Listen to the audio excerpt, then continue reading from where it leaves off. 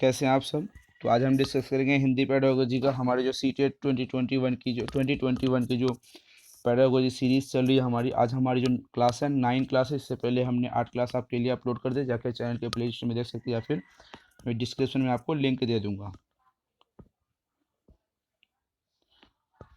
CTET and all TET के notes लेने के लिए 7634993536 नंबर पर आप व्हाट्सअप करके नोट्स ले सकते हैं। तो चलिए आज का पहला क्वेश्चन देखते हैं। पहला क्वेश्चन है, हिंदी भाषा के शिक्षक के विशेष गुण निम्न हैं। ऑप्शन ए है हिंदी के प्रति गौरव और दायित्व की भावना। ऑप्शन बी है सृजनशील व्यक्तित्व। ऑप्शन सी है शुद्ध उच्चारण। ऑप्शन डी है उपरोक्त सभी। तो आपको यहाँ पर आंसर देना है कि हिंदी भाषा जो टीचर होते हैं, लैंग्वेज टीचर होते हैं, वो बेहतर कौन होते हैं, ऑप्शन में से बेहतर कौन है। आपको यहाँ पर कमेंट में जब आंसर देना, आपको 10 में से अगर आप 8 करते हैं तो ठीक है, अगर 9 तो बेस्ट है, और सबसे बेटर कितने हैं, 10 हैं। तो 10 में से और 10 ऑन 10 मतलब आपके 150 मार्क्स आने की संभावना होती है। तो अगर आप 8 से नीचे 7 हैं तो आपको मेहनत करने की ज़रूरत है, क्योंकि यहाँ पर 7 से आपके काम नहीं चलेंगे। तो इसीलिए मैं आपको चाहता हूँ कि आप कमेंट में इसका आंसर दें, उसके बाद मुझे ये देखना होगा तो होता है कि आप कितने बेहतर आप स्कोर कर पाते हैं। तो हमारी जो मेहनत है, जो आपकी कितने बेहतर आप पे सरोकार हो पाती है, जिसका आप राइट आंसर दें।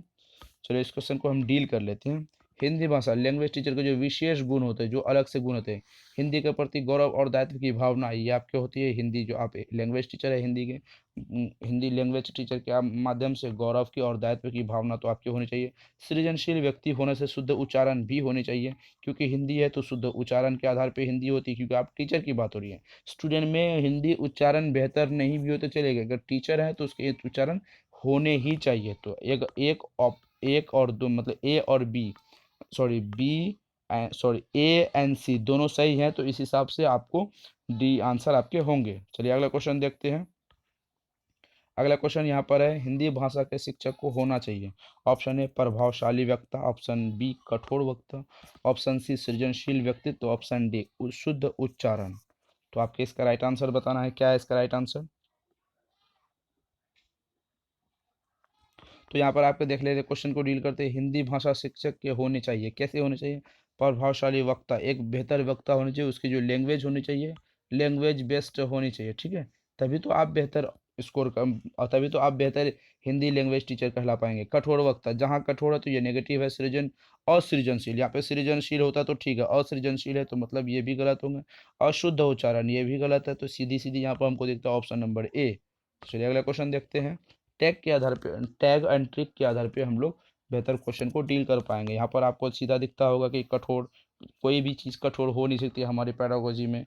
असृजनशील कभी नहीं हो सकती, ये गलत है, क्योंकि असृजनशील तो अलग है। अशुद्ध उच्चारण, ये भी गलत है, तो इस आधार पे हम लोग इसको डील कर सकते हैं, ठीक है। तो चलिए अगला क्वेश्चन देखते हैं। प्राथमिक स्तर के विद्यार्थियों की शिक्षा आपके विचार में इसलिए आवश्यक है क्योंकि ऑप्शन ए है वे सभी बालक के समान हैं। ऑप्शन बी वे बड़े होकर कुशल नागरिक बनेंगे। ऑप्शन सी विद्यार्थियों द्वारा संपूर्ण समाज विकसित व शिक्षित होता है। ऑप्शन डी अशिक्षा को बढ़ावा मिलता है। तो इसका राइट आंसर जल्दी बताइए आप कमेंट में।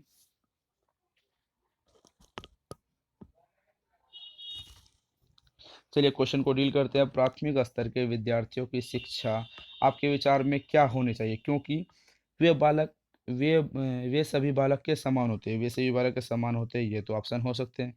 वे बड़े होकर कुशल नागरिक बनेंगे, ये भी सही होंगे। वे विद्यार्थियों द्वारा संपूर्ण समाज विकसित व शिक्षित होता है। ऑप्शन सी ये भी सही है। अशिक्षा को बढ़ावा दे, अशिक्षा को कभी बढ़ावा नहीं मिलता है, इसलिए ये क्वेश्चन गलत है। तो आपके सामने यहाँ पर ऑप्शन दिख रहा होगा, ऑप्शन ए सही है, ऑप्शन बी सही है, ऑप्शन सी सही है। तो हमने कहा आपको कोई 90% आपको सही लगेंगे, कोई 70% आपको सही लगेंगे, कोई 100% आपको चुनना है। तो यहाँ पर 100% आप कैसे चुनेंगे। तो सबसे बेहतर कौन है, सबसे इसमें बेहतर सटीक आंसर कौन है। तो यहाँ पर आप देखेंगे बड़े होकर कुशल नागरिक बनेंगे, वो सही हो सकते हैं। बालक सभी बालक हैं, सभी बालक के समान होते हैं। यहाँ पर बेस्ट ऑप्शन देख रहे हैं हम आपके लिए। विद्यार्थियों द्वारा संपूर्ण समाज तो विकसित होता है। जो विद्यार्थी होते हैं वही समाज के संपूर्ण समाज का विकसित करते हैं, विकसित व शिक्षित होते हैं। तो ऑप्शन नंबर सी इसका राइट आंसर होगा। बेस्ट चुनना आपको। चलिए अगला क्वेश्चन देखते हैं। शिक्षण विधियां और पाठ्यक्रम निर्भर करता है शिक्षा के उद्देश्यों पर, ऑप्शन ए है। ऑप्शन बी है देश के नागरिकों पर, ऑप्शन सी है। ऑप्शन यहाँ पर सी होनी चाहिए, यहाँ पे आप डी कर दिए, बी कर दिया, ऑप्शन सी है। शिक्षा के कालक्रम पर, ऑप्शन डी है अंतरराष्ट्रीय उद्देश्यों पर। तो इसका आंसर आप जल्दी बताइए, क्या इसका राइट आंसर होंगे। चलिए क्वेश्चन को डील करते हैं। शिक्षण विधियां पाठ्यक्रम निर्भर किस पे करते हैं, शिक्षा के उद्देश्यों पर करते हैं। सिंपल सी लॉजिक है यहाँ पर, शिक्षा के उद्देश्यों पर करते हैं। देश के नागरिकों पर शिक्षण कभी भी नहीं हो सकता। शिक्षा के कालक्रम मतलब कितनी अवधि की, यहाँ पर अवधि की बात कर रही है, अवधि के बारे में। शिक्षण विधियां के बारे में पूछा, शिक्षण विधियां अवधि के आधार पर नहीं हो सकती। अंतर्राष्ट्रीय के लेवल पे हम शिक्षण विधियां नहीं इस्तेमाल कर सकते। यहाँ पे शिक्षा के उद्देश्यों पर हम क्या उद्देश्य कर रहे हैं, क्या हम इंजीनियरिंग वाले को पढ़ा रहे हैं उनकी शिक्षण विधियां अलग होंगे, क्या हम मेडिकल वाले को पढ़ा रहे हैं उसकी शिक्षण विधियां अलग होंगे, क्या हम बच्चे को इस प्राइमरी लेवल के पढ़ा रहे हैं उसकी शिक्षण विधियां अलग होंगे, क्या हम अपर प्राइमरी पढ़ाएंगे उसके लिए शिक्षण विधियां अलग होंगी, हायर एजुकेशन वाले की शिक्षण विधियां अलग होंगी। तो हमें यहाँ पे शिक्षण विधियां शिक्षा के उद्देश्यों पर होती है, हम किसको शिक्षा दे रहे हैं, क्या शिक्षा दे रहे हैं, किस आधार पे शिक्षा दे रहे हैं। तो चलिए अगला क्वेश्चन देखते हैं। कैसे पढ़ाएं किससे संबंधित है। ऑप्शन है शिक्षा के उद्देश्यों से, ऑप्शन बी शिक्षण विधियों से, ऑप्शन सी है पाठ्यक्रम से, ऑप्शन डी है भाषा पर। तो ऑप्शन इसका राइट आंसर जल्दी लगाइए इसका। क्वेश्चन को डील कर लेते हैं। कैसे पढ़ाएं किससे संबंधित है, ये शिक्षा के उद्देश्यों से है।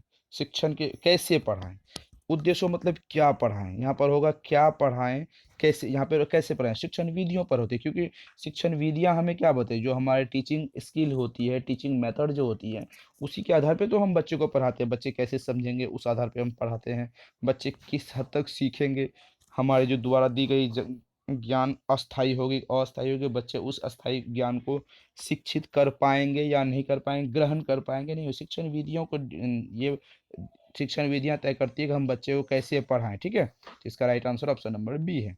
चलिए अगला क्वेश्चन देखते हैं। हिंदी भाषा शिक्षण में लक्ष्य कैसा होता है। ऑप्शन ए है सीमित, ऑप्शन बी है व्यापक, ऑप्शन सी है निश्चित, ऑप्शन डी है छोटा। तो जहाँ पे दिखता होगा आपको सीमित, कभी भी सीमित नहीं होगा। ठीक है, व्यापक ये ब्रॉड है, ये व्यापक मीन्स बड़ा होता है। ठीक है, यहाँ पर आपको दिखता है सीमित है, बड़ा नहीं है, निश्चित है, छोटा है। छोटा कभी नहीं हो सकता, निश्चित ये हो सकते हैं। ठीक है, हिंदी यहाँ पर हिंदी भाषा शिक्षण में लक्ष्य कैसा होना चाहिए, निश्चित ये भी होना चाहिए, व्यापक सबसे आपको ध्यान रखना बड़ा हो या निश्चित हो। तो मेरे ख्याल से option number C B is the right answer, व्यापक होगा, क्योंकि व्यापक मीन्स बड़ा होता है। अगला क्वेश्चन देखेंगे। हिंदी शिक्षण में उद्देश्य सहायक होते हैं। ऑप्शन ए है कक्षा कक्षा की शिक्षण रणनीति को निर्मित करने में, ऑप्शन बी है विशिष्ट होते हैं, ऑप्शन सी है अधिक समय के उद्देश्य प्राप्ति करने का, ऑप्शन डी क्योंकि यह आदर्शवादित होते हैं। इस क्वेश्चन का आप जल्दी आंसर दीजिए कमेंट में, क्वेश्चन लगाइए आपके अनुसार क्या होंगे इसका राइट आंसर। चलिए इसका राइट आंसर देखते हैं। हिंदी शिक्षण का उद्देश्य सहायक कैसे होते हैं, कक्षा कक्षा के शिक्षण रणनीतियों को निर्मित करने में। ठीक है, यही इसके सिंपल से लॉजिक है, इसका राइट आंसर है कक्षा कक्षा के जो हमारे जो कक्षा कक्षा में इस एजुकेशन दे रहे हैं बच्चे को, शिक्षा दे रहे हैं, उसके रणनीति को समझने में हिंदी उद्देश्यों को सहायक होती है। ठीक है, तो चलिए अगला क्वेश्चन देखते हैं। एक शिक्षक के लिए अति महत्वपूर्ण है, ऑप्शन ऑप्शन है यहाँ पर अभिभावक, परिवार, विद्यार्थी, अनुशासन। ठीक है, सबसे महत्वपूर्ण एक शिक्षक के लिए महत्वपूर्ण है। तो आप इसका राइट आंसर जल्दी बताइए। तो इसका राइट आंसर देंगे अभिभावक। अभिभावक मीन्स होते हैं बच्चे के माता पिता। ठीक है, तो शिक्षक के लिए बच्चे के माता पिता कोई जरूरत नहीं है। परिवार, यहाँ पे फैमिली की बात है, शिक्षक के लिए फैमिली का कोई तत्व नहीं होता, वैल्यू नहीं रहती है। यहाँ पर आती है विद्यार्थी, शिक्षक के लिए विद्यार्थी होती है अनुकक्षा कक्षा अनुशासन। ठीक है, ठीक है, ये गलत हो गया। विद्यार्थी शिक्षक के लिए क्या सबसे बेहतर होते हैं, विद्यार्थी बेहतर होंगे। चलिए अगला क्वेश्चन देखते हैं। आप एक हिंदी शिक्षण के शिक्षक हैं। ठीक है, आपके समक्ष विभिन्न स्तर के अभिभावक आते हैं जो अपने बच्चों की प्रगति सुनकर प्रसन्न होते हैं। आप उन अभिभावकों की प्रसन्नता के लिए क्या क्या करते हैं, विद्यार्थी के माता पिता की प्रशंसा करेंगे, विद्यार्थियों के तो शिक्षार्थियों के गुणों के साथ साथ उनकी कमियों को भी बताएंगे। ऑप्शन बी है। अगला ऑप्शन देखते हैं। विद्यार्थियों की निंदा के लिए उनके अपेक्षा करेंगे। ऑप्शन डी है विद्यार्थियों के नाटक अभिभावक की प्रशंसा करेंगे। तो यहाँ पर हम किसकी कॉन्सेप्ट क्लियर कर देते हैं। विद्यार्थियों के नाटक अभिनय की प्रशंसा कर सकते हैं, ये भी हो सकता है ऑप्शन डी। विद्यार्थियों को निंदा करेंगे, ये सिंपल सा सी का गलत हो गया, ऑप्शन डी हो सकते हैं। चलिए क्वेश्चन देख लेते हैं। और माता पिता की प्रशंसा करें, यहाँ पर विद्यार्थी का हम यहाँ बात माता पिता की क्यों करेंगे, माता पिता कभी कर ही नहीं सकते हैं। तो यहाँ पर बी है विद्यार्थियों के गुणों के साथ साथ उनकी कमियों को भी व्यक्त करेंगे। आप विद्यार्थी को माता पिता के सामने विद्यार्थियों के सिर्फ गुण ही नहीं, सिर्फ उसके नेगेटिव नहीं पॉजिटिव ही नहीं, सिर्फ नेगेटिव नहीं ना तो पॉजिटिव, दोनों हम मिला के कर सकते हैं। दोनों को इक्वल इक्वल करेंगे, पॉजिटिव भी करेंगे और नेगेटिव भी करेंगे, क्योंकि उस आधार पर उनके माता पिता भी बच्चे में सुधार कर सकते हैं। तो इसका राइट आंसर क्या होगा, option number B is the right answer. चलिए अगला क्वेश्चन देखते हैं। भाषा कक्षा शिक्षण के दौरान कक्षा के आधे से अधिक विद्यार्थियों को अपनी समस्या व्यक्त करने में समस्या उत्पन्न हो रही है। इसका सबसे महत्वपूर्ण कारण क्या हो सकता है। विद्यार्थियों के हृदय में अध्यापक के प्रति डर का होना, ऑप्शन बी है विद्यार्थियों के पठन में रुचि का अभाव होना, ऑप्शन सी है उत्तम शिक्षा के लिए जो संबंध अध्यापक और विद्यार्थी के मध्य होना चाहिए उनका अभाव होना। तो सिंपल सा यहाँ पे दिखता होगा आंसर आपका इसका। चलिए मैं आपको आंसर बता देता हूँ, पहले क्वेश्चन एक बार अच्छी तरीके से आपको मैं डील करके बताता हूँ। यहाँ पर क्वेश्चन कहता है भाषा शिक्षण लैंग्वेज टीचिंग के दौरान दौरान कक्षा के आधे से, मतलब जो हमारी कक्षा में स्टूडेंट बचे हुए आधे अधिक विद्यार्थी अपनी समस्या अभिव्यक्त, मतलब अपनी समस्या को बताने के लिए करने में समस्या उत्पन्न हो रही है। अपनी समस्या को अब उसकी जो फीलिंग होती है, उसकी जो समझ होती है, उनको बताने के लिए उस समस्या हो रही है वो नहीं बता पा रहे हैं। इसका सबसे महत्वपूर्ण कारण क्या हो सकते हैं। इसका महत्वपूर्ण कारण शिक्षक के प्रति डर का होना, ये भी हो सकते हैं। ठीक है, ये भी हो सकते हैं। विद्यार्थी के पठन में रुचि, ये भी हो सकते हैं।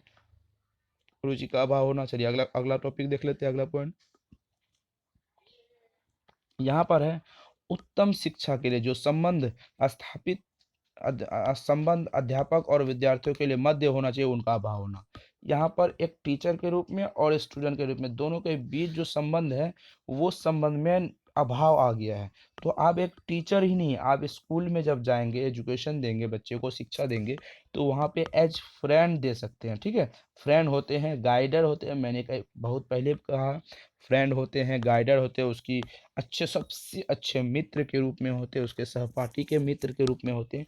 शिक्षक सहायक के रूप में हो गया, शिक्षक न कि कोई शिक्षक से चाइल्ड सेंटर्ड एजुकेशन की दौर है। एनसीएफ 2005 ने कहा है कि चाइल्ड सेंटर्ड एजुकेशन बनाए रखिए, क्योंकि यहाँ पे टीचर सेंटर्ड एजुकेशन है ही नहीं। तो इस हिसाब से ऑप्शन नंबर सी इसका राइट आंसर होगा। अगला क्वेश्चन देखते हैं।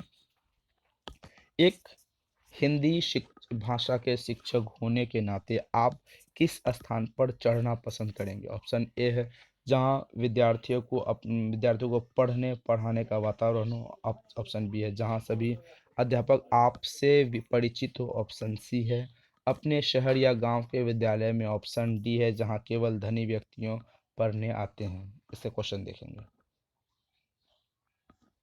क्या है आंसर, जल्दी लगाइए। हिंदी भाषा के शिक्षक होने के नाते आप किस स्थान पर पढ़ाना चाहेंगे। आप लैंग्वेज टीचर हैं, आपको पढ़ाने के लिए मौका दिया तो आप कहाँ पढ़ाएंगे, जहाँ विद्यार्थी को पढ़ने पढ़ाने का वातावरण हो। सिंपल सा बात है, जहाँ पर बच्चे को पढ़ने और पढ़ाने का माहौल हो वहीं पर तो हम पढ़ा सकते हैं। जहाँ अध्यापक की परिचित हो, ऐसा बिल्कुल नहीं होगा। अपने शहर या गांव विद्यालय में ऐसा भी नहीं हो सकता जहाँ केवल धनी व्यक्ति, सिर्फ धनी व्यक्ति को हम नहीं पढ़ा सकते हैं। तो आज के लिए बस इतना ही। चलिए अगला क्वेश्चन अगला टॉपिक फिर से मिलते हैं, जो हमारी अगली क्लास है मैथ पेडागोजी है, तो उसमें हम मिलते हैं। आज के लिए बस इतना ही। Thank you.